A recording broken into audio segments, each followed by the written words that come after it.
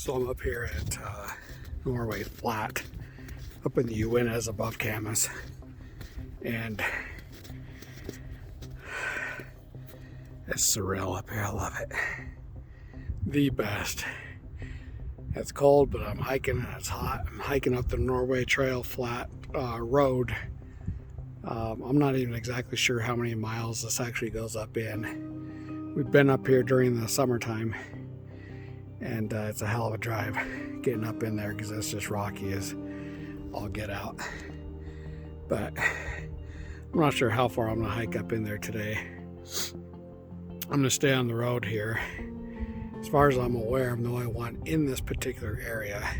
You can only go so far up on Mirror Lake Highway right now because of the snow.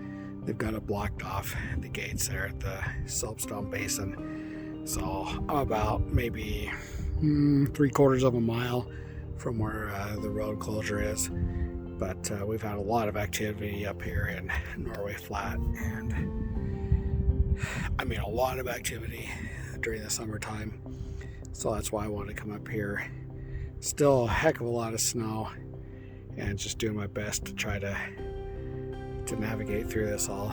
But it's absolutely beautiful. As you can see, it's again, it looks easy to navigate through, but it's actually quite difficult. So I've been wanting to get up here for some time, but with everything going on in life and everything, that makes it difficult sometimes to do it. So today I actually had a day to where I can get out here. And my plan of action today, in times past, we've always tried to do tree knocks and yelps and hollers and whoops and whatever else. But I think for today, I just want to keep it low key in terms of making my presence known. I don't want to talk too loud. I don't want to make a lot of ruckus. And I just want to find a spot where I feel like it's going to be ideal to sit down and hear what's going on in the forest up here. But absolutely amazing up here. If you ever get an opportunity, I would encourage anyone to come up here. And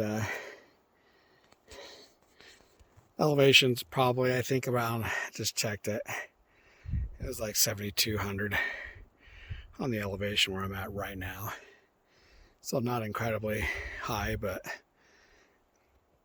we've definitely had our fair share of activity up in here. So I just, you know, it's almost like a needle in a haystack, trying to figure out if these things migrate out of the area or if they stay in the area and make do, or whatever it is that they do to sustain life, survival up here. Because I can't imagine that during the harshest of storms up here that, you know, you can survive. But in the same token, deer and elk and moose and other wildlife are abundant up here year round. So it makes me think in one way that maybe these things don't migrate to different areas, but rather, like other big game, they've got areas where they'll be in, and I would imagine that the area that these guys require would have to be pretty vast, because there's plenty of food source up here. There's plenty. But that's on today's agenda. We're in a squatch, and it's just me up here.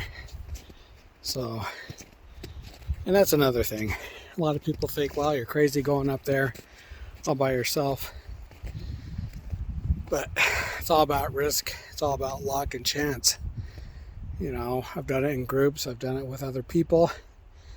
And I don't know what the recipe is. People say they have encounters being solo and being out here by themselves. Other people say they have encounters with groups. I don't know what the secret recipe is for these things, but I do know one thing. If you don't put yourself out here, you'll never have that opportunity if it presents itself.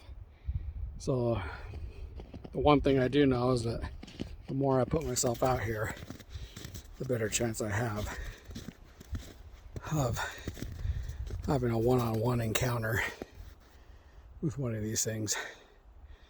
And like I've always said, at whatever cost. And some people that doesn't jive too well with them, but it's a risk that I'm willing to take, and at whatever cost. Again, the whole purpose of this is to validate in my mind of the reality of these things, that they do exist. It's not to prove it to anybody or to try to bend over backwards to prove that to anybody. It's to solidify it in my own mind, to say that I know that these things do exist.